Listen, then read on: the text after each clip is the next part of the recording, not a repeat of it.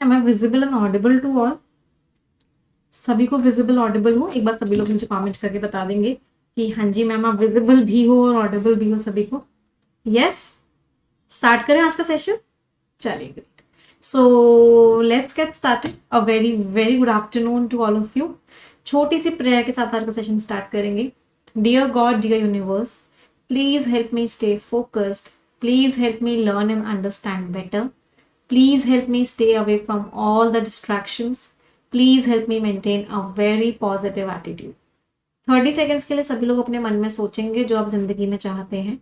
Please think about it for 30 seconds.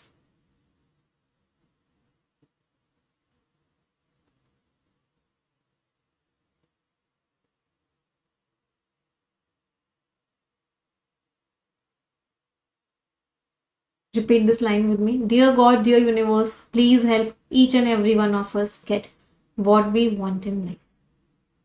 चलो, तो एक बहुत ही पॉजिटिव नोट के साथ आज का सेशन स्टार्ट करते हैं। और थीम बेस्ड क्वेश्चंस हम कर रहे थे, तो कल फ्राइडे को हम क्या करेंगे, मिक्स क्वेश्चंस करेंगे। आज हम थीम बेस्ड क्वेश्चंस बहुत सारे करेंगे, जिससे कि हमारी रीडिंग स्किल्स बहुत अच्छी खासी इंप्रूव हो और साथ के साथ हम वोकैबुलरी भी करते हुए चले। तो हमारा मेन फोकस क्या है? हमारा मेन फोकस आपकी रीडिंग स्किल्स है। चलिए देखते हैं। तो सबसे पहला क्या है, डिलेमाज इन एआई। डिलेमाज का मीनिंग क्या होता है? डिलेमा वर्ड का मीनिंग होता है मैं इधर चला, नहीं नहीं यार इधर चल लेता हूँ, नहीं नहीं यार इधर चल लेता हूँ, यार ये मैं सही तो कर रहा हूँ, नहीं यार ये कर लेता हूँ। मतलब आप कैसी स्टेट में हो? आप कंफ्यूजन की स्टेट में हो।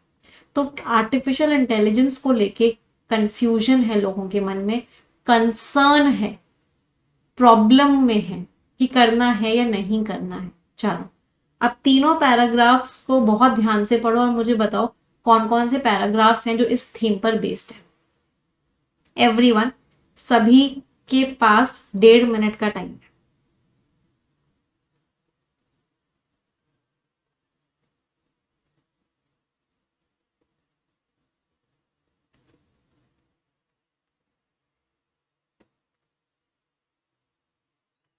बहुत ध्यान से पढ़ना और आंसर देना, घोटाला कोई नहीं करेगा। आज इसकी तीसरी क्लास है, तो अब तक तो सबके आंसर सारे ठीक निकलने चाहिए।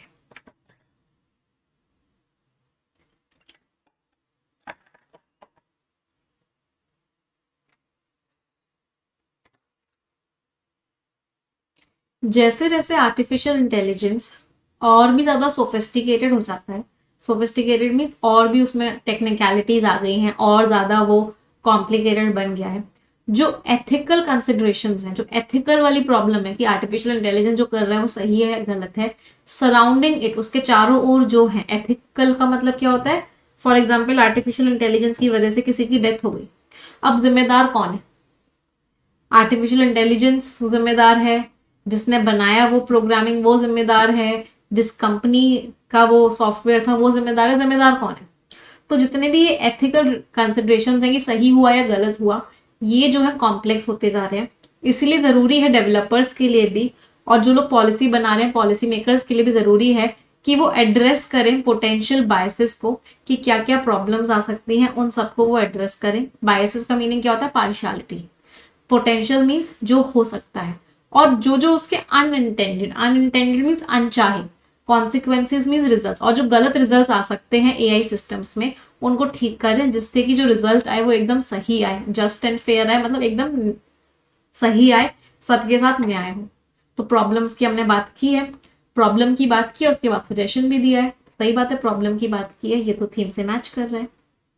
The rapid advancement of AI technology, इतनी तेजी से जो आर्टिफिशियल इंटेलिजेंस की टेक्नोलॉजी बढ़ती जा रही है, रैपिड मीन्स फास्ट, ये सवाल उठाती है किसको लेकर कि जिम्मेदार कौन है? अकाउंटेबिलिटी मीन्स जिम्मेदारी, जिम्मेदारी किसकी है? जिम्मेदारी को पता लगाना, अगर कोई भी आर्टिफिशियल इंटेलिजेंस से गलती होती है या कोई गलत यूज करता है उसका, तो जिम्मेदारी किसकी है ये पता लगाना बड़ा मुश्किल है। और इसीलिए एथिकल गाइडलाइंस को स्टैब्लिश करना, एथिकल रूल्स एंड रेगुलेशंस बनाना, ये क्या है? क्रूशियल होता है। क्रूशियल मीन्स इंपॉर्टेंट होता है, जिससे कि नेगेटिव इंपैक्ट जो सोसाइटी पे ना पड़े। सही बात है, जिम्मेदारी किसकी यही नहीं आइडेंटिफाई कर पा रहे, तो जिम्मेदारी को पता तो लगाना पड़ेगा। जिम्मेदारी आइडेंटिफाई नहीं कर पा रहे तो भी कंफ्यूजन है। चलो मैच हो गया। आर्टिफिशियल इंटेलिजेंस को जब हम एथिकली यूज करते हैं, बिल्कुल सही तरीके से यूज करते हैं, तो इसके अंदर पोटेंशियल है, ये सक्षम है कि ये बहुत ही प्रेसिंग मीन्स अर्जेंट, बहुत ही अर्जेंट ग्लोबल चैलेंजेस को सॉल्व कर सकता है। और ये बेस्ट टेक्नोलॉजीज में से एक टेक्नोलॉजी है जो इंसान ने कभी डेवलप की है, मतलब ये बेस्ट है। तो यहाँ पे तो हम सिर्फ पॉजिटिव टोन की बात कर रहे हैं कि आर्टिफिशियल इंटेलिजेंस बहुत अच्छा है। कंसर्न्स की, कंफ्यूजन की, डिलेमा की तो बात ही नहीं करी, तो ये तो थीम पर बेस्ड नहीं है। तो आंसर क्या हो गया? Both 1 and 2। नेक्स्ट क्वेश्चन,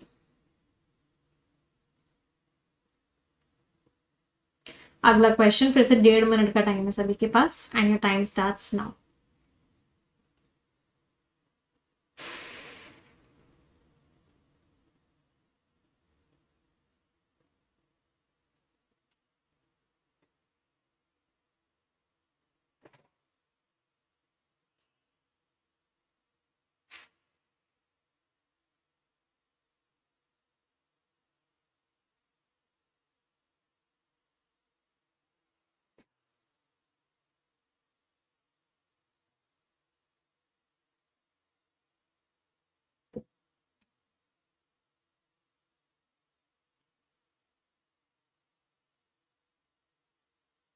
चलिए देखते हैं। इस क्वेश्चन में मुझे पता था आप लोग घोटाला करोगे, और आप लोगों ने कर दिया घोटाला। चलो कैसे घोटाला किया है देखते हैं। Impacts of late night study, अगर हम देर रात में पढ़ते हैं तो उसका क्या क्या इम्पैक्ट होता है। लेट नाइट स्टडी सेशंस जो है फायदेमंद हो सकते हैं, अच्छा इम्पैक्ट हो सकता है कुछ लोगों के लिए, क्योंकि एकदम शांत इन्वायरमेंट होता है। शांत इन्वायरमेंट होता है तो फोकस अच्छा हो जाता है, कंसंट्रेशन अच्छी हो जाती है, जिसकी वजह से आप अच्छे से सीख पाते हो, और रिटेंशन भी अच्छा हो जाता है। रिटेंशन मीन्स आप चीज़ों को मेमोरी में बहुत लंबे टाइम तक रख पाते हो। रिटेंशन पावर अच्छी है, मतलब आप भूलते नहीं हो उस चीज़ को। चलो लेट नाइट स्टडी के फायदे दिए हुए हैं, इम्पैक्ट्स दिए हुए हैं, तो फर्स्ट तो आंसर है लैक ऑफ स्लीप।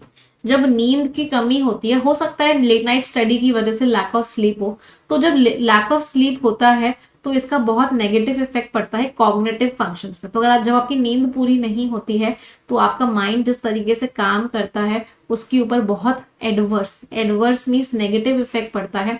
मेमोरी पे नेगेटिव इफेक्ट पड़ता है, आपके अटेंशन पे नेगेटिव इफेक्ट पड़ता है, डिसीजन मेकिंग पे नेगेटिव इफेक्ट पड़ता है। इसलिए ज़रूरी है कि आप अच्छी नींद लो। अगर आपको आपकी एकेडमिक परफॉर्मेंस अच्छी करनी है और अपनी हेल्थ अच्छी करनी है तो आपको क्या करना चाहिए? अच्छी नींद लेनी चाहिए। बताओ इस पैसेज की थीम क्या थी?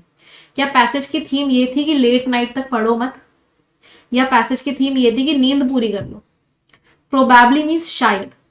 तो ये तो सिर्फ एक एडिशनल इन्फॉर्मेशन थी। हो सकता है आपकी लेट नाइट की वजह से नींद पूरी ना हो रही हो, लेकिन यहाँ पे थीम क्या है? थीम है नींद पूरी ना होना। आपकी नींद पूरी नहीं होगी तो नेगेटिव इफेक्ट पड़ेगा इन सब चीज़ों पे, इसलिए अच्छी खासी नींद लो जिससे कि आपकी एकेडमिक परफॉर्मेंस और आपकी हेल्थ जो है अच्छी हो जाए। लेट नाइट स्टडिंग सिर्फ एक एग्जाम्पल की तरह यूज हुआ था, एक रीजन की तरह यूज हुआ था कि हो सकता है। प्रोबेबली का मीनिंग होता है शायद, शायद इसकी वजह से हो सकती है। तो ये मेन आइडिया नहीं था, main idea lack of sleep था, main theme lack of sleep थी। कोई परेशानी? तो ये तो नहीं है। अगला देखते हैं। वाइल लेट नाइट स्टडी में help meet deadlines. Late night study आप करते हो तो हो सकता है आप डेडलाइंस को मीट कर पाओ, लेकिन लेट नाइट स्टडी जब आप करते हो तो आपकी स्लीप और वेक की साइकिल खराब हो जाती है, जिसकी वजह से आपका स्लीप पैटर्न इरेगुलर हो जाता है। लगातार आपसे नींद आपकी छिन जाती है तो लॉन्ग टर्म हेल्थ इश्यूज हो जाते हैं, और आपकी जो इम्यूनिटी है वो क्या हो जाती है? कमजोर हो जाती है। सही बात है, लेट नाइट स्टडी से हेल्प मिल सकती है, लेट नाइट स्टडी से ये प्रॉब्लम हो सकती है, लेट नाइट स्टडी से ये प्रॉब्लम होगी, तो ये प्रॉब्लम से ये प्रॉब्लम होगी। तो बिल्कुल मेन थीम थी लेट नाइट स्टडी। तो answer is option number D, both first and third. कोई परेशानी किसी को? तो फर्स्ट और थर्ड दोनों है, सेकंड वाला नहीं है। ऐसे एक बच्चे का डाउट है, मैम इम्पैक्ट दिया हुआ है तो सिर्फ पॉजिटिव इम्पैक्ट लेंगे, नेगेटिव इम्पैक्ट लेंगे? नहीं, दोनों। जब भी इम्पैक्ट दिया होता है इसका मतलब पॉजिटिव भी हो सकते हैं, नेगेटिव भी हो सकते हैं, दोनों हो सकते हैं। आपको थीम में ये नहीं दिया हुआ कि पॉजिटिव ही बताने हैं या नेगेटिव ही बताने हैं, दोनों बता सकते हो। तो आप इसमें देख रहे हो, इसमें आपको पॉजिटिव बताया हुआ था, इसमें आपको नेगेटिव बताया हुआ था, तो दोनों सही थे। ये सेकंड वाला गलत क्यों हुआ? सेकंड वाला इसलिए गलत हुआ क्योंकि हम लेट नाइट स्टडिंग की बात नहीं कर रहे हैं यहाँ पे, हम बात कर रहे हैं शायद लेट नाइट स्टडी की वजह से आपको नींद नहीं आई, आपकी नींद पूरी नहीं होगी, और नींद पूरी नहीं होगी तो इसका इम्पैक्ट ये पड़ेगा, ये पड़ेगा, ये पड़ेगा, इसलिए जरूरी है नींद पूरी करो। तो इसका जो मेन थीम है वो क्या है? Impact of lack of sleep.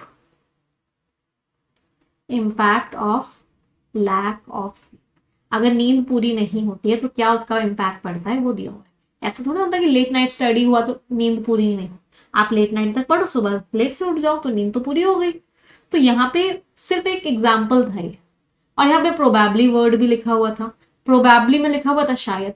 शायद ये कारण है, हो सकता है ये कारण ना भी हो। तो इसके इम्पैक्ट नहीं दिए हुए, इसके इम्पैक्ट दिए थे। क्या आप सभी को क्लियर है? हाँ, अगर प्रोबेबली वर्ड नहीं होता तो ये थीम से मैच कर जाता।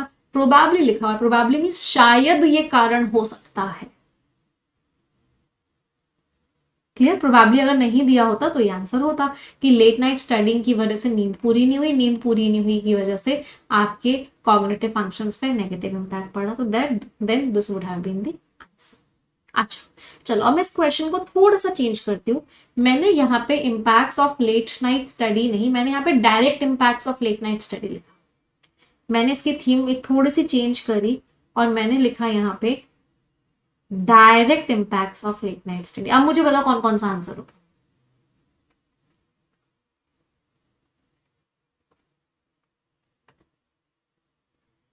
लेट नाइट स्टडी बेनिफिशियल हो सकता है क्योंकि लेट नाइट स्टडी में जो क्वाइट एनवायरनमेंट होता है उससे फोकस मिल जाता है, ये तो डायरेक्ट इम्पैक्ट है ये। और मान लो यहाँ पे प्रोबेबली नहीं लिखा हुआ था तो लेट नाइट स्टडी की वजह से नींद पूरी नहीं होती, नींद पूरी ना होने की वजह से एडवर्स इम्पैक्ट पड़ता है, मतलब ये इनडायरेक्ट इम्पैक्ट था। तो ये आंसर तब भी नहीं होगा चाहे प्रोबेबली लिखा हो चाहे प्रोबेबली ना लिखा हो, ये दोनों तरीके से आंसर नहीं होगा अगर थीम है डायरेक्ट इम्पैक्ट। चलो, लेट नाइट स्टडी से डेडलाइंस मीट कर सकते हैं, लेकिन ये क्या करेगा, ये जो है आपकी स्लीप वेक साइकिल को खराब कर देगा। इसकी वजह से क्या होगा, इरेगुलर स्लीप पैटर्न होगा। इरेगुलर स्लीप पैटर्न की वजह से आपको लॉन्ग टर्म हेल्थ इश्यूज होंगे और इम्यून फंक्शन खराब हो जाएगा। मतलब यहाँ पे भी क्या दिया हुआ, इनडायरेक्ट इम्पैक्ट दिया हुआ। इनडायरेक्ट इम्पैक्ट कैसे है, इसकी वजह से स्लीप वेक साइकिल खराब हुई, इसकी वजह से स्लीप पैटर्न खराब हुआ, स्लीप पैटर्न खराब होने की वजह से नींद पूरी नहीं हुई, नींद पूरी ना होने की वजह से हेल्थ इश्यू आ गया। तो इसमें भी इनडायरेक्ट था, इसमें भी इनडायरेक्ट था, सिर्फ डायरेक्ट इसमें था। तो अगर यहाँ पे डायरेक्ट लिखा होता तो आंसर सिर्फ फर्स्ट।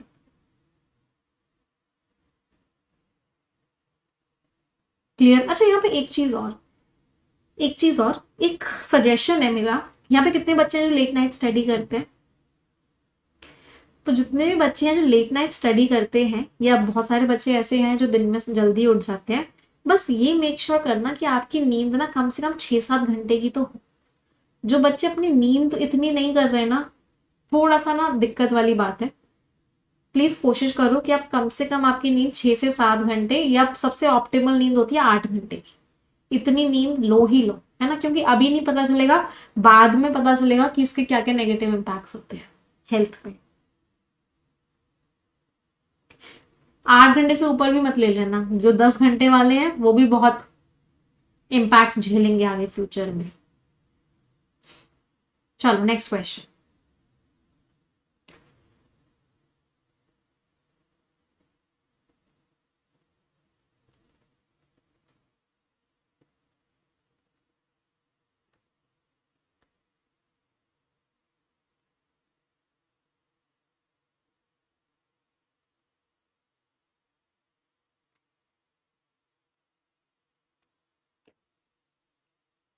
अगला क्वेश्चन बहुत ध्यान से पढ़ेंगे और आंसर दें।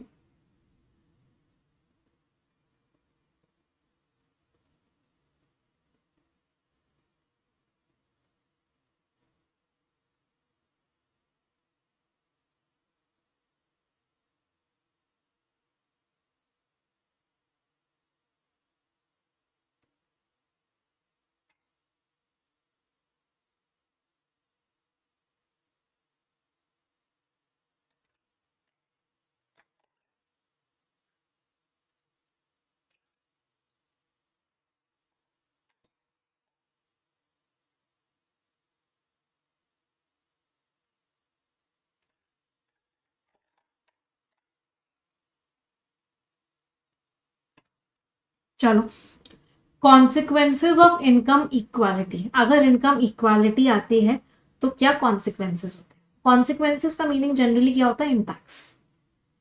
वैसे कॉन्सिक्वेंसेज को हम जनरली नेगेटिव टोन में यूज करते हैं, बट उसको पॉजिटिव टोन में भी कर लेते हैं। अब क्योंकि इक्वालिटी है, इक्वालिटी के तो पॉजिटिव इम्पैक्ट्स ही होंगे। तो नेगेटिव और पॉजिटिव दोनों कंसिडर करेंगे। चलिए, जो एडवोकेट्स हैं, एडवोकेट्स कौन होते हैं? जो लोग सपोर्ट करते हैं।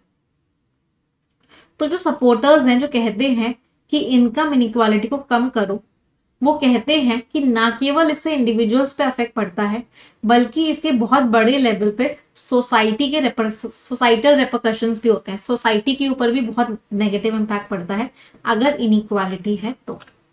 Closing the wealth gap, closing the wealth gap का मतलब क्या है? इनकम इनइक्वालिटी लाने से। वेल्थ गैप को आप खत्म कर रहे हो, मतलब you are bringing income equality. तो इनकम इक्वालिटी लाने से क्या हो रहा है? स्टेबल और हार्मोनियस सोसाइटी बन रही है, शांति भरी सोसाइटी बन रही है, पोस्टर हो रहा है, स्ट्रॉन्ग बन रहा है सेंस कि हम सबकी शेयर्ड रिस्पॉन्सिबिलिटी है, सबकी जिम्मेदारी है, और सोशल टेंशन कम हो रही है। तो इनकम इक्वालिटी को लाने से ये सब चीजें हो रही है। यही पैसेज की थीम भी थी कि इनकम इक्वालिटी के क्या क्या इम्पैक्ट्स पड़ते हैं, तो क्लियरली इसमें मेंशन है। चलो अगला देखते हैं। इन दी फेस ऑफ इनकम इनइक्वालिटी का सामना करते हुए कुछ लोग कहते हैं कि इट इज इसेंशियल, जरूरी है कि हम ऐसी पॉलिसीज लेके आए जो इक्वल अपॉर्चुनिटीज दें, जैसे कि एजुकेशन और हेल्थ केयर रिफॉर्म्स। तो हम ऐसी चीजें लेके आए जो इक्वल अपॉर्चुनिटीज दें, एजुकेशन और हेल्थ केयर हो। ऐसा करके सोसाइटीज जो है गरीबी की साइकिल को तोड़ सकती हैं और क्या कर सकती हैं? इक्विटेबल डिस्ट्रीब्यूशन ऑफ रिसोर्सेज हो सकता है कि सभी को रिसोर्सेज कैसे मिले? इक्विटेबली मिले। तो जरूरी है पॉलिसीज को लेके आना जहां पे सबको इक्वल अवसर मिले, एजुकेशन इक्वल मिले, हेल्थ केयर इक्वल। एजुकेशन में और हेल्थ केयर रिफॉर्म्स में ऐसे चेंजेस लाए जाएं, हेल्थ केयर में ऐसे चेंजेस लाए जाए कि इक्वल अपॉर्चुनिटी मिले। ऐसा अगर हम करेंगे तो गरीबी की साइकिल टूट जाएगी और रिसोर्सेज को इक्वली डिस्ट्रीब्यूट किया जाएगा। इनकम इक्वल होगी ऐसा तो कहीं मेंशन ही नहीं है। क्या सोच के आंसर मार्क किया सेकंड वाला? बताओ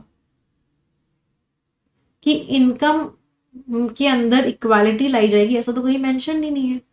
ये बोला गया है कि अपॉर्चुनिटीज इक्वल दी जाएंगी एजुकेशन में, सबको सेम लेवल की एजुकेशन दी जाए, सबको सेम लेवल का हेल्थ केयर दिया जाए, गरीबी की साइकिल को तोड़ा जाए, रिसोर्सेज को इक्विटेबली डिस्ट्रीब्यूट किया जाए। क्या सोच के आंसर मार्क किया? मेन थीम का मतलब होता है कि पैसेज उसी टॉपिक पे बात कर रहा है, यहां तो पैसेज उस टॉपिक पे बात ही नहीं कर रहा। हम यहाँ पे ओवरऑल इक्वालिटी की बात कर रहे हैं। अगर आप देखोगे यहाँ पे तो इस पैसेज की मेन थीम क्या है?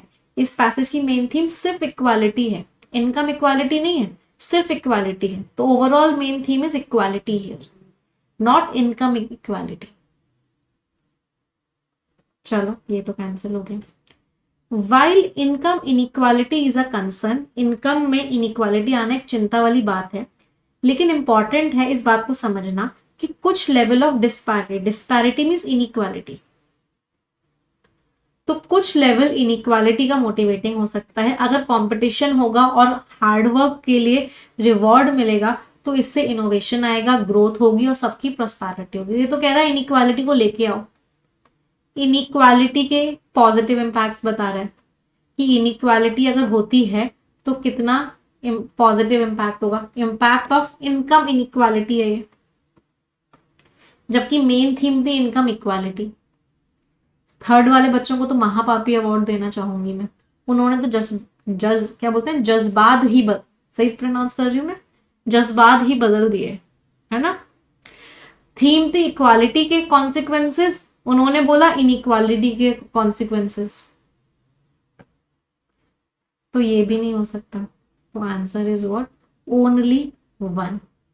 मैम जज्बात कैसे बोल? जज्बात। हाँ चलो अगले पर है। अच्छा फीलिंग्स ही बदल दी मैंने, ऐसे बोल, इमोशंस ही बदल दिए। इक्वालिटी मीन्स बराबरी, इनइक्वालिटी मीन्स बराबरी ना होना। तो इसकी मेन थीम थी इनकम इनइक्वालिटी के इसकी मेन थीम थी इनकम इक्वालिटी के कॉन्सिक्वेंसेस, इसकी मेन थीम थी इक्वालिटी के कॉन्सिक्वेंसेस, और इसकी मेन थीम थी इनइक्वालिटी के कॉन्सिक्वेंसेस। चलो अगला।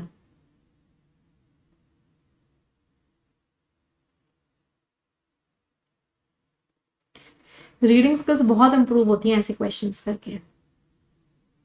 Repercussions means negative impacts of something.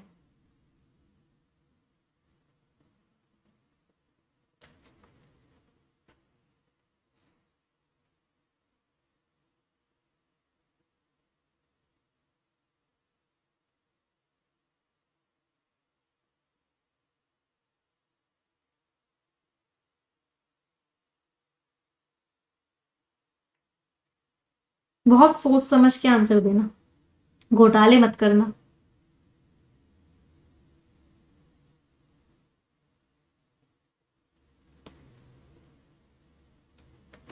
Life is not picture perfect, मतलब लाइफ हमेशा सदैव अच्छी नहीं रहती है। चलो, रियलिटी हमारे एक्सपेक्टेशन से अलग हो जाती है, डिसअपॉइंटमेंट के मोमेंट्स आते हैं, मतलब life is not picture perfect, life picture perfect नहीं है भाई, डिसअपॉइंटमेंट होता है लाइफ में, प्रॉब्लम्स आती हैं जिंदगी में। इंटरपर्सनल डायनामिक्स जो हमारी जिंदगी में चल रहा है, तो जो जिस तरीके की हम बातें करते हैं एक दूसरे से, वो कॉम्प्लिकेटेड हो सकते हैं, लड़ाइयाँ हो सकती हैं भाई जिंदगी में, मिसअंडरस्टैंडिंग्स हो सकती हैं, कनेक्शंस जो है क्या हो सकते हैं, इवॉल्व करते हुए, इवॉल्व का मतलब क्या है, चेंज करते हुए। अब यहाँ पे हम लाइफ की बात नहीं कर रहे हैं, हम यहाँ पे लाइफ की बात नहीं कर रहे हैं, हम यहाँ पे किसकी बात कर रहे हैं, इंटरपर्सनल डायनामिक्स। इंटरपर्सनल डायनामिक्स का मतलब क्या होता है कि दो लोग कैसे आपस में बातचीत कर रहे हैं, दो लोगों के बीच का रिश्ता जो है, दो लोगों के बीच का कम्युनिकेशन जो है, उसको क्या बोलते हैं, उसको बोलते हैं इंटरपर्सनल डायनामिक्स। तो आपसी बातचीत कॉम्प्लिकेटेड हो सकती है, लड़ाइयाँ हो सकती है, मिसअंडरस्टैंडिंग्स हो सकती हैं, कनेक्शंस जो हैं आपके जो रिश्ते हैं वो चेंज हो सकते हैं। जिंदगी के बारे में तो बात ही नहीं है, तो ये तो नहीं लग रहा। जिंदगी में बहुत इमोशंस होते हैं, कभी आप खुश होगे, यूफोरिया मीन्स आज मैं ऊपर जमाना है नीचे, आज मैं आगे जमाना है पीछे, मीन्स कभी आप बहुत खुश होगे तो कभी डिस्पेयर होगा, कभी दुखी होगे, तो एक कॉम्प्लेक्स सा इमोशनल एनवायरनमेंट बनना होगा, कभी खुशी कभी गम, तररम पम पम। तो लाइफ जो है हमेशा पिक्चर परफेक्ट नहीं होती है। तो answer is what, only A and C. कोई परेशानी? चलो नेक्स्ट। डाइवर्ज मीन्स आप ऐसे जा रहे थे, रास्ता ये था, आप ऐसे चले गए, तो इसका मतलब आप अपने रास्ते से डाइवर्ज हो गए, डेविएट कर गए।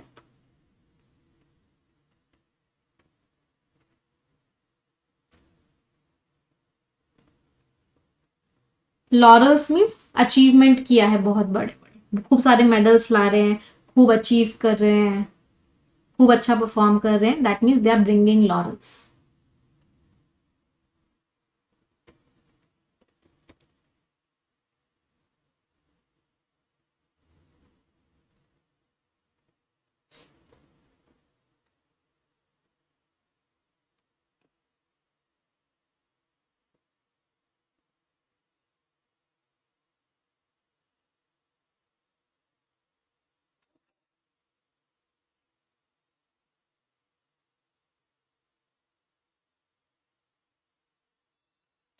यूथ का क्या कंट्रीब्यूशन है स्पोर्टिंग डोमेन में, डोमेन मीन्स एरिया, स्पोर्ट्स के एरिया में लॉरल्स लाने में, अवार्ड लाने में, अचीवमेंट करने में, रिवॉर्ड्स जीतने में, एक इम्पैक्ट बनाने में यूथ का क्या कंट्रीब्यूशन है, यंग लोगों का क्या कंट्रीब्यूशन है। तो आज का सबसे पहले महापापी अवार्ड में देना चाहूंगी इन बच्चों को जिन्होंने आंसर डी मार्क किया, महापापी अवार्ड, और 50% से ज्यादा बच्चे हैं।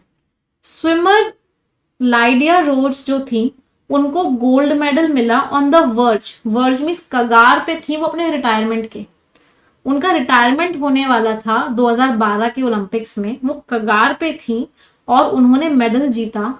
तो कहाँ ये मेंशन्ड है कि ये यूथ हैं, इनका कंट्रीब्यूशन, यूथ का कंट्रीब्यूशन कैसे है, पहले तो ये बताओ।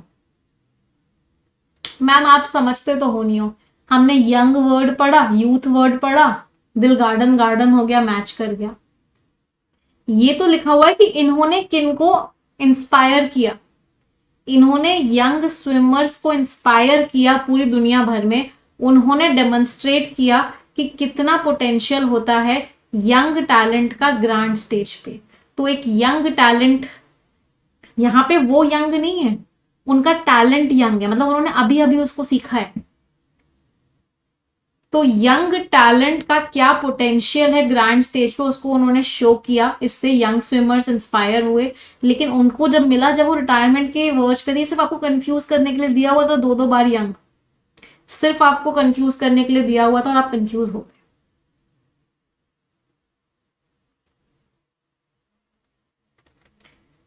तो ये तो नहीं हो सकता। तो ये ऑप्शंस तो वैसे ही एलिमिनेट हो गए। चलो अब आते हैं ये वाले बच्चे जिन्होंने सी को आंसर मार्क किया। एनबीए स्टार्स जैसे कि ल्यूका डॉनकिक और ट्रे यंग, उन्होंने ना केवल अकेले अकेले एक्सेल किया है बल्कि वो लीडर्स भी बन गए हैं अपनी टीम के। उन्होंने बास्केटबॉल के फ्यूचर को शेप किया। इसमें तो यूथ की यंग की बात ही नहीं हो रही थी। चलो इसमें तो आपको बुद्धू बनाने की कोशिश भी नहीं की गई थी तो आप बच गए। इसमें तो वर्ड मैचिंग वाले भी बच गए। उन्होंने चलो वर्ड मैचिंग करके आइडेंटिफाई कर लिया, तो ये भी नहीं हो सकता, ये भी एलिमिनेट हो गया।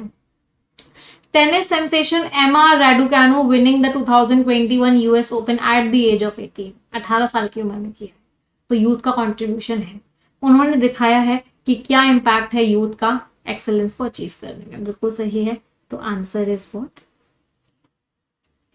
इसलिए कह रही हूं बहुत ध्यान से पढ़ो बेटा, बहुत ध्यान से पढ़ो। अच्छा मैम यंग लिखा तो था यहाँ पे।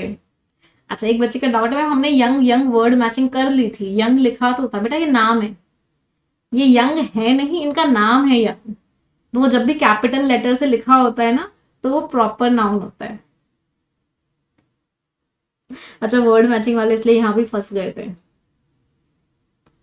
याद रखो हमेशा कोई चीज कभी भी कैपिटल लेटर से लिखी होती है तो वो प्रॉपर नाउन होता है, मतलब वो नाम होता है। चलो नेक्स्ट।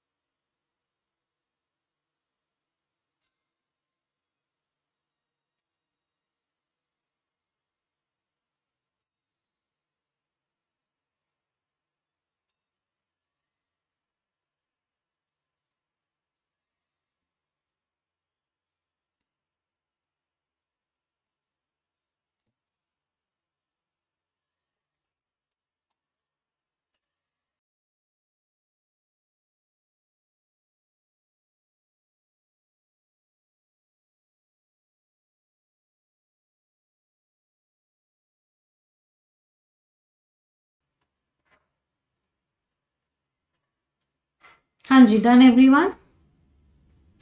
देखते हैं ये क्वेश्चन कितने लोगों का ठीक निकला।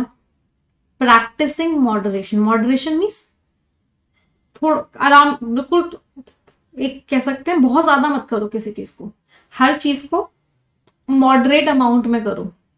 ये नहीं है कि हद से ज्यादा सो रहे हो, ये नहीं है कि हद से ज्यादा लेजी हो रहे हो, या हद से ज्यादा एक्सरसाइज कर रहे हो, या हद से ज्यादा खाना खा रहे हो। नहीं, हर चीज को मॉडरेशन में, किसी चीज को हद से ज्यादा नहीं करना, लिमिट में करना है। चलो देखते हैं। Avoiding extremes in various aspects of life, अगर हम बहुत चीजों को हद से ज्यादा नहीं करते हैं, अवॉइड करते हैं, अवॉइडिंग एक्सट्रीम्स का मतलब ही क्या होता है, प्रैक्टिसिंग मॉडरेशन। तो अगर हम मॉडरेशन करते हैं तो इससे क्या होता है, स्ट्रेस कम होता है, हमारी मेंटल हेल्थ अच्छी होती है और हमारी इमोशनल हेल्थ अच्छी होती है। चलो मैच हो गया। अगर हम सोशल इंटरेक्शंस को बैलेंस करते हैं तो इससे क्या होता है, हम अकेला नहीं फील करते, या हम दूसरों पे बहुत ज्यादा डिपेंडेंट भी नहीं होते हैं। तो इससे क्या होता है, रिश्ते भी अच्छे होते हैं और सोशल नेटवर्क भी सपोर्टिव होता है। बैलेंस कर रहे हैं का मतलब क्या है, ना बहुत ज्यादा कर रहे हैं और ना बिल्कुल जीरो कर रहे हैं, मतलब बैलेंस कर रहे हैं, मतलब मॉडरेट अमाउंट में कर रहे हैं, मॉडरेशन प्रैक्टिस कर रहे हैं। चलो ये भी हो गया। कुछ लोग कहते हैं कि जब चीजों को हद से ज्यादा करते हैं, बाउंड्रीज को पुश कर देते हैं, एक्सेस के पॉइंट पे चले जाते हैं, हद से ज्यादा जब चीजों को करते हैं तो इससे क्या होता है, क्रिएटिव सक्सेस हमें मिलती है और इनोवेशन आता है। तो इसमें तो उल्टा लिखा हुआ है कि मॉडरेशन तो करना ही नहीं है, हद से ज्यादा करना है, हदों को पार कर देना है, बाउंड्रीज को पुश कर देना है। तो ये तो बिल्कुल ही उल्टा दिया हुआ है। तो answer is only A and next. Next question on your screen.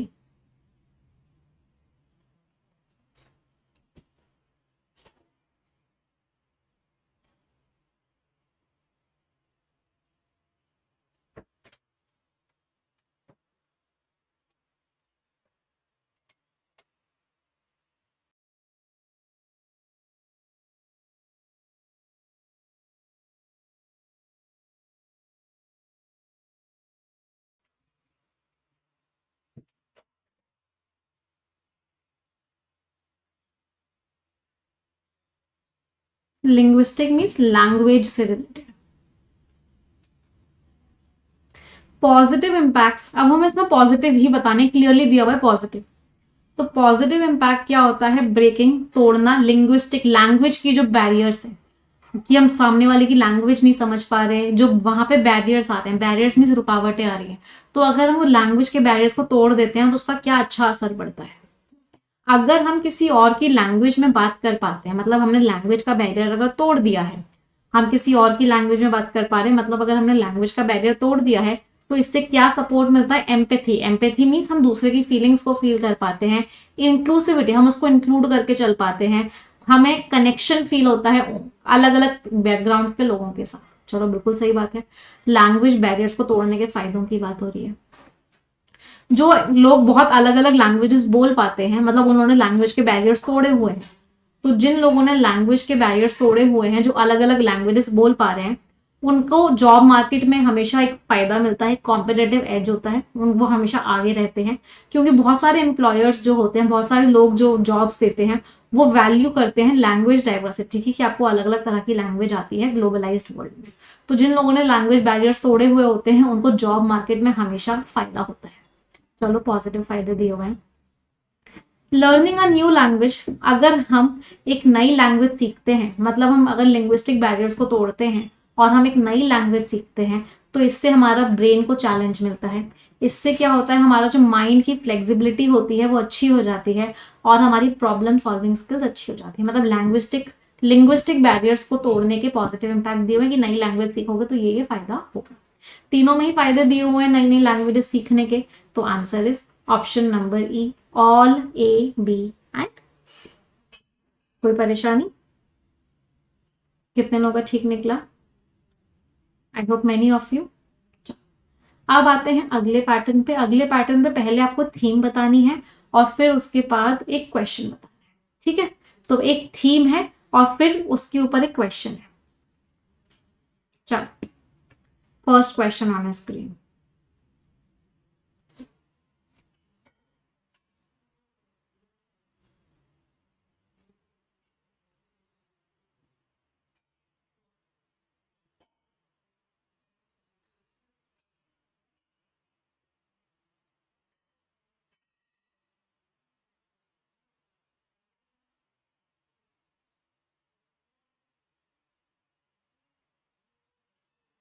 Brain को चैलेंज करता है, मतलब ब्रेन के सामने नए नए चैलेंजेस लेके आता है, जिससे कि ब्रेन और स्ट्रांग बनता है।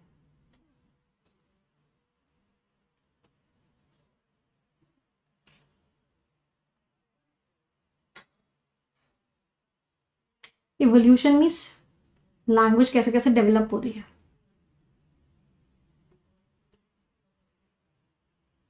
बेटा एक्सट्रीम्स को अवॉइड कर रहे हो, इसका मतलब क्या? हदें पार नहीं कर रहे।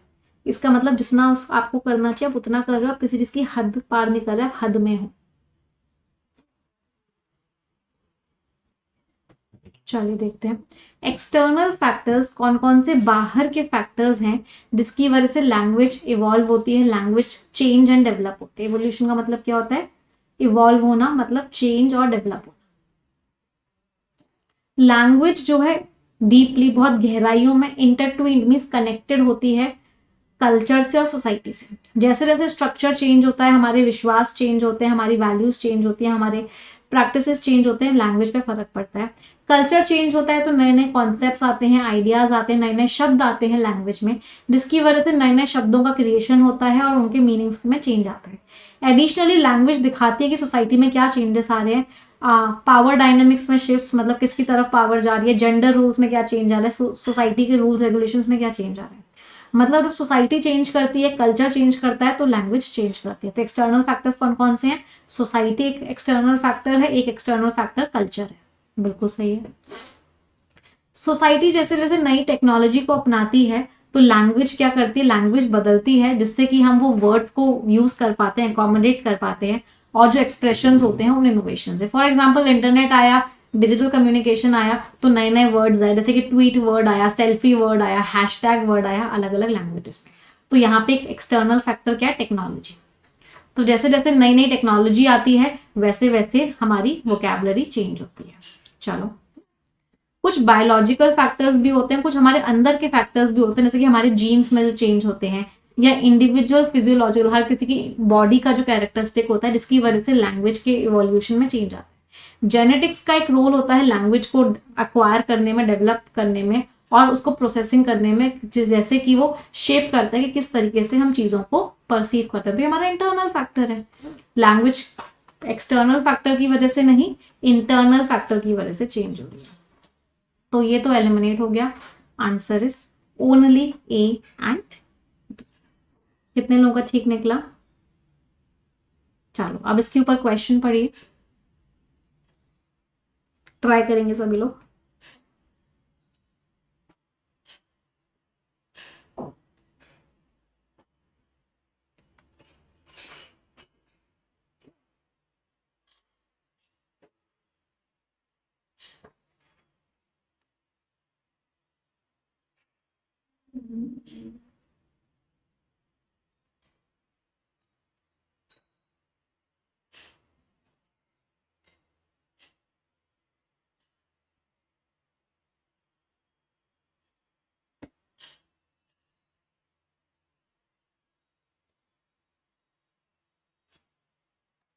कौन कौन से फैक्टर्स हैं जो आप कल्चरल, सोशल और लिंग्विस्टिक फैक्टर्स से लिंक कर सकते हो? मतलब कल्चर के फैक्टर्स, सोसाइटी के फैक्टर्स और लैंग्वेज के फैक्टर्स, लैंग्वेज के डेवलप होने में।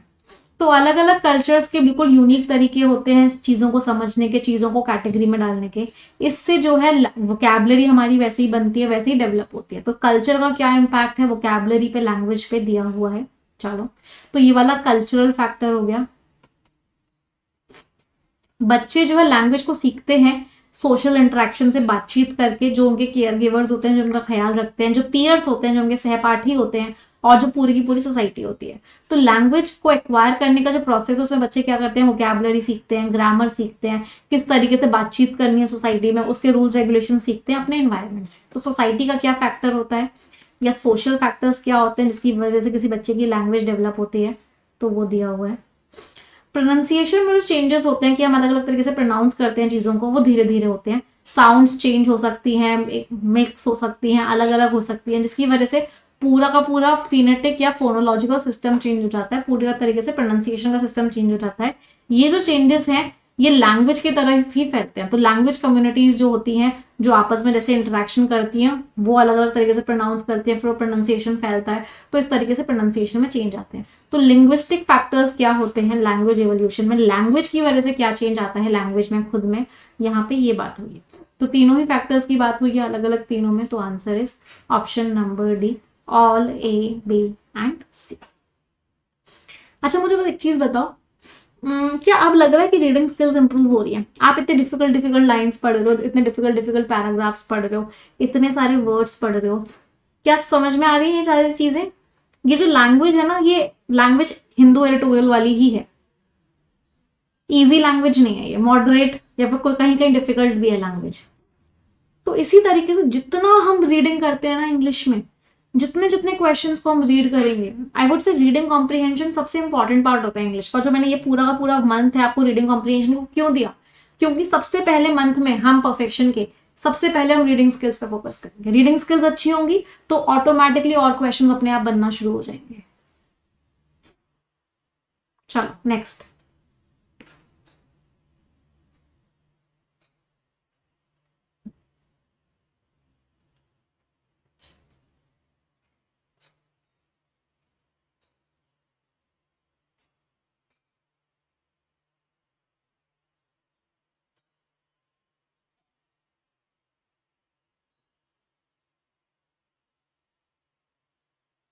इवॉल्व हो रही है बेटा, चेंज हो रही है, प्रोनाउंसिएशन चेंज हो रहा है। पहले शब्द को कुछ और बोलते थे, अब उस शब्द को कुछ और बोल रहे हैं। प्रोनाउंसिएशन चेंज हो रहा है मतलब लैंग्वेज चेंज हो रही है।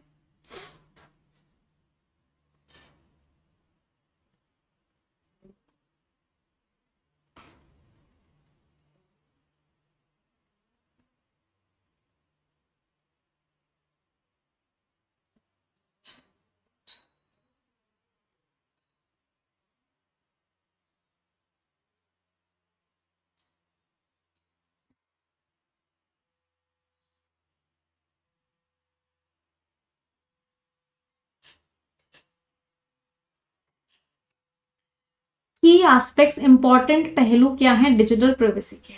डिजिटल प्राइवेसी के पर्सनल डेटा प्रोटेक्ट करना कि और कोई उसको यूज ना कर पाए, डिस्क्लोज ना कर पाए, लोगों के सामने ना रख पाए, वो जरूरी है।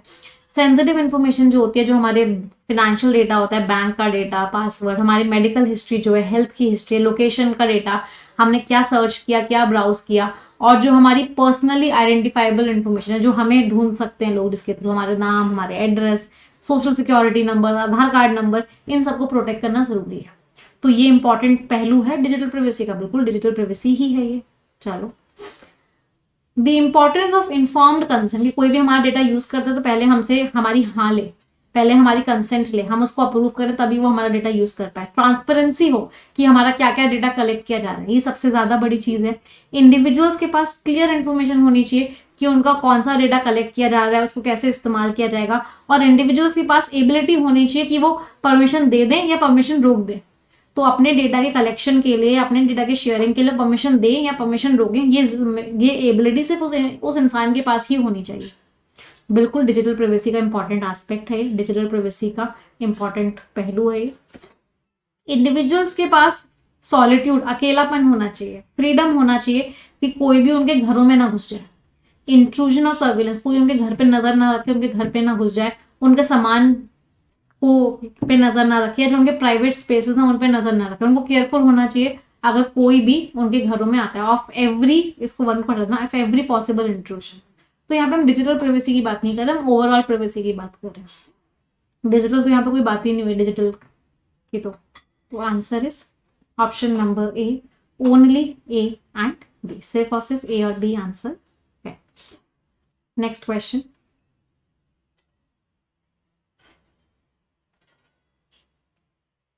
मैम बी में डिजिटल प्राइवेसी की बात नहीं हो रही, बताओ मुझे। डेटा कलेक्शन हो रहा है, आपका डेटा यूज हो रहा है, आपका डेटा शेयर हो रहा है, तो ये क्या है? आपकी परमिशन, एक सेकेंड, बस अब एक बार इसको और ध्यान से पढ़ते हैं। डिजिटल प्राइवेसी, डेटा कलेक्शन, तो डेटा कलेक्ट हो रहा है तो जरूरत है ना डिजिटली हो रहा हो, फॉर्म के थ्रू भरवा के भी तो यूज कर सकते हैं। एक बार दोबारा पढ़ते हैं। The importance of inform consent, कि आपकी परमिशन ली जाए। ट्रांसपेरेंसी हो डेटा कलेक्शन प्रैक्टिसेस में, कि जो डेटा कलेक्ट किया जा रहा है वो ट्रांसपेरेंट हो, सबसे ज्यादा जरूरी है। इंडिविजुअल्स के पास इंफॉर्मेशन होनी चाहिए कि क्या डेटा कलेक्ट किया जा रहा है, कैसे यूज किया जाएगा, और इंडिविजुअल्स के पास एबिलिटी होनी चाहिए कि वो हाँ करें या मना करें डेटा के कलेक्शन के लिए और डेटा की शेयरिंग के लिए। डेटा कलेक्शन एंड शेयरिंग हो रही है,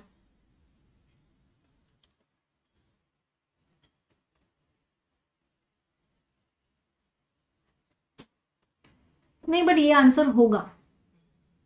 थोड़ा सा कंफ्यूजिंग है but this will be the answer. क्यों? क्योंकि यहाँ लिखा हुआ है इंडिविजुअल्स के पास इंफॉर्मेशन होनी चाहिए what data is being collected. अब बताओ, अगर डेटा फॉर्म भरवा के कलेक्ट किया जाएगा तो इंडिविजुअल्स के पास इंफॉर्मेशन क्यों होनी चाहिए? उनको पता ही है ऑलरेडी। हाँ, तो इसका मतलब है इसमें छुपा हुआ है, इनहेरेंटली लिखा हुआ है कि जो डेटा कलेक्ट किया जा रहा है वो ऑनलाइन किया जा रहा है। क्लियरली मेंशन्ड नहीं है कि ऑफलाइन डेटा है, मतलब बट इनहेरेंटली मेंशन्ड है कि जो डेटा कलेक्ट हो रहा है या जो डेटा शेयर हो रहा है वो ऑनलाइन ही हो रहा है। कैसे पता चला? क्योंकि बार बार लिखा हुआ है कि इंडिविजुअल्स को पता होना चाहिए उनका क्या डेटा कलेक्ट हो रहा है, क्या डेटा, कैसे वो डेटा यूज होगा, उनके पास एबिलिटी होनी चाहिए कि वो हाँ करें या ना करें, डेटा कलेक्शन प्रोसेस में ट्रांसपेरेंसी होनी चाहिए। तो ये किस चीज के बारे में, कब होती है सारी चीजें ऑनलाइन वर्ल्ड में ही तो होती है। बट इस क्वेश्चन को और अच्छा बनाया जा सकता था, कहीं भी ऑनलाइन लिख देते हैं about what data is being collected online. For example यहाँ पे अगर एक वर्ड हम और ऐड कर देते ऑनलाइन, तो ये क्वेश्चन और क्लियर हो जाता। अभी थोड़ा सा कंफ्यूजिंग है, तो यहाँ पे एक वर्ड और हमें ऐड करना चाहिए था ऑनलाइन। तो ये बिल्कुल क्लियरली डिजिटल प्राइवेसी के बारे में ही बात करता। कोई परेशानी? चलो लास्ट क्वेश्चन।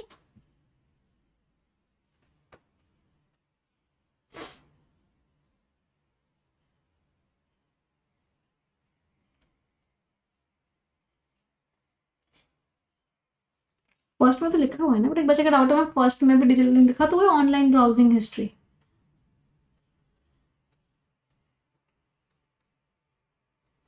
चलो,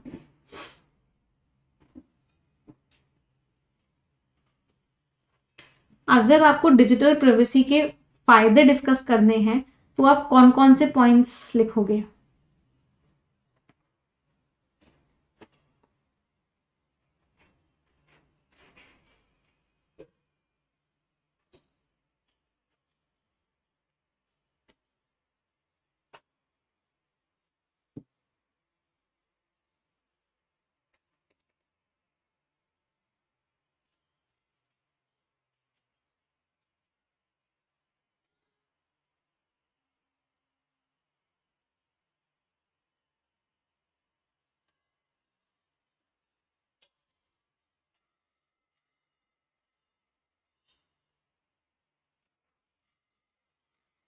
डिजिटल प्राइवेसी से क्या होता है? ऑनलाइन इंट्रैक्शंस में ट्रस्ट डेवलप होता है, इंडिविजुअल्स में भी, दो इंडिविजुअल्स के बीच में भी, इंडिविजुअल्स और ऑर्गेनाइजेशंस के बीच में भी। जब इंडिविजुअल्स को कॉन्फिडेंस होता है कि उनकी पर्सनल इन्फॉर्मेशन प्रोटेक्टेड होगी, कॉन्फिडेंशियली ट्रीट होगी, तो वो और ज़्यादा ऑनलाइन एक्टिविटीज़ में एंगेज करते हैं, इन्फॉर्मेशन शेयर करते हैं और पार्टिसिपेट करते हैं। चलो, फायदा लिखा हुआ है। डिजिटल प्राइवेसी के जो कदम होते हैं, जैसे कि डेटा प्रोटेक्शन स्ट्रिक्ट होगा, रूल्स रेगुलेशंस होंगे, प्राइवेसी सेटिंग्स कंट्रोल्ड होंगी, तो कितना डेटा अवेलेबल होगा बिजनेसेस के लिए और सर्विस प्रोवाइडर्स के लिए वो लिमिट हो जाता है। महापापी अवार्ड इन बच्चों को, इन बच्चों को। ये फायदा या नुकसान है? ये फायदा या नुकसान है? बिजनेसेस के पास डेटा ही नहीं है काम करने के लिए, सर्विस प्रोवाइडर्स के पास डेटा ही नहीं है काम करने के लिए, लिमिट हो गया डेटा। इस सेंटेंस की टोन कैसी है? नेगेटिव टोन है सेंटेंस की, पॉजिटिव टोन नहीं है। कि डिजिटल प्राइवेसी अगर करी जाती है तो डेटा ही खत्म हो जाता है। चलो, डिजिटल प्राइवेसी के अगर स्ट्रिक्ट कदम होते हैं तो अबेट मीन्स कम हो जाती है एबिलिटी।